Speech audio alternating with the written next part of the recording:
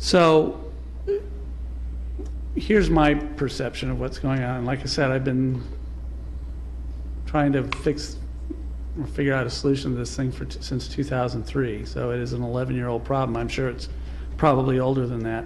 But the issue here tonight, I think, is clear, is we have a very near-term problem. And that is, if we don't have lights on the east side, there's going to be some kids who aren't going to be having a fall season. That's the near-term problem, and that concerns me. The long-term problem is a permanent solution. I completely agree that temporary lights roaming around the east side from school to school is a crappy solution, but it's the only solution we've got right now. And it shouldn't last.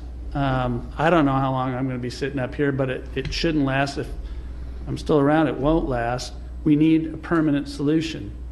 The Fairview Park Citizens Advisory Committee is doing some really important work right now. I don't know what they're going to recommend. I'm not going to comment on their work because I think that's unfair to them. I think they need to get through that process. There are some potential longer-term opportunities that I've raised with Mr. Hatch, that I've raised with some city council members. One of them is Balearic, which is currently used for soccer, for adult soccer. Thank you to the city council for Mr. Hatch for allocating some lighting feasibility study money to go over there and look at that. I have mentioned publicly that the school district has expressed an interest in selling that to us under a lease purchase agreement or some other arrangement. But I think the city council, Mr. Hatch, have it right. We ought to do a lighting feasibility study before we buy something like that. To do any kind of permanent work there, that's an option.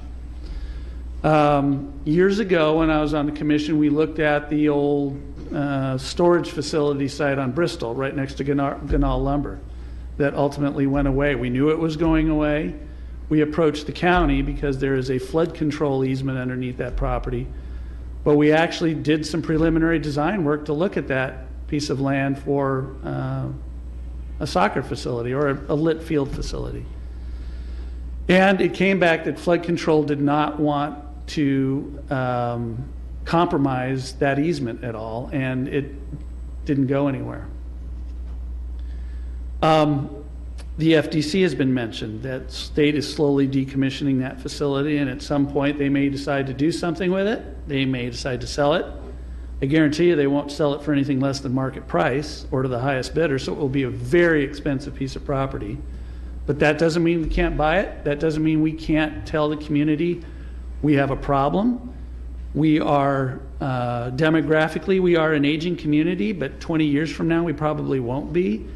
And I think, from my perspective, this commission has a bit of an obligation to not only look at the immediate needs of the community, but also the long-term needs. And if we don't plan now for what this community might look like 20 years from now, we will have failed that generation. So I think the FDC is a potential, but we need to, at some point, kind of monitor what the state's doing with that and have discussions with them, but it won't be cheap. But that doesn't mean this community might not be willing to take on a bond to buy it.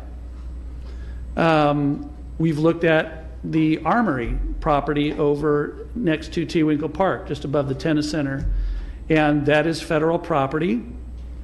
At some point, the federal government would say, we don't want that, but there's a pecking order, because then the state gets a choice, and then the county might get a choice, and so that might be an option. Again, it's a longer-term solution.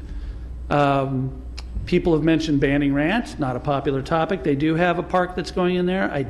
If it gets approved by the Coastal Commission, I highly doubt the Coastal Commission is going to let them light it. They wouldn't let the Coastal Commission did not allow the city of Newport Beach to light Sunset Ridge Park. So while that adds park capacity to Newport Beach, it only does it for a day period, and you don't get to use it at night. So the yin and yang of it is we have the near-term solution of what are we going to do for these kids from November to October. I can't in good conscience say you have no place to play. Ms. Arthur, Ms. Calabretta, and I, and Vice Chair Peterson, and we had a chance to meet with them. We went out and looked.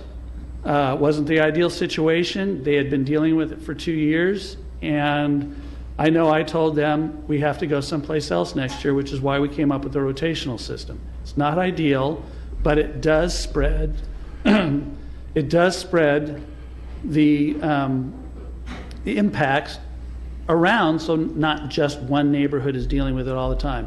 I was on the commission that voted to take lights out of Kaiser. And that was 10 years ago, and they've had a reprieve for 10 years.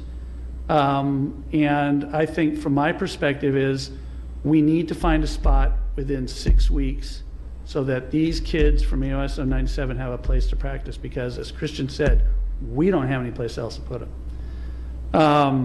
So given that, it's a short-term solution. I do not like the rotational system long-term. It's my idea, but it's not going to last. And the portable lights aren't going to last. We need a permanent solution. The golf course was floated years ago by then Mayor Mansour, and they carried his head out on a platter from this chamber. Now, it may be that the times have changed, and it's a possibility.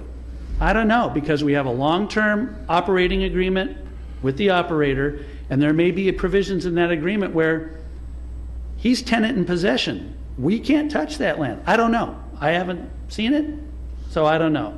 But I want to assure the community there are potential long-term solutions that as long as I'm here, we're going to look at them, and we're going to look at them aggressively. But in the meantime, we have to ask everybody to just buck up a little bit and let us help these kids through a period of time, and then we'll take it out of your neighborhood and go somewhere else. And they'll all come down and they'll scream, and we'll go somewhere else. But until we can get a permanent solution, I can't say no to these kids. I just can't. It's just not in my nature. I raised 4 kids. It's hard to find fields. And I'm just, asking everybody to just kind of endure it. And hopefully we can get a near permanent solution in place within the next couple of years. We're taking the steps to invest money to study lighting, and then we'll go from there to see what we can put in permanently. But that's just where I'm at on this night. I don't want to seem insensitive to your needs and to the impacts you're worried about. But I've always said that to me, when I look at these issues, I was on the commission when we decided to light the rest of Jack Hammett. There were 50, 60 people there across 3 meetings and the city council meeting saying no way in hell.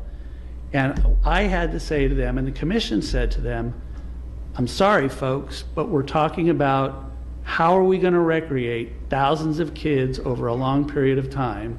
And when you're sitting up here in the hot seat, you put it on a scale and you say, what's the greater good that's being served?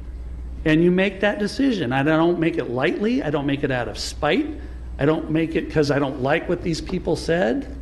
But you just have to make the tough decision. So, I'm yammering. So that's where I'm at. I don't know, commissioners, where you're, if you'd like to comment.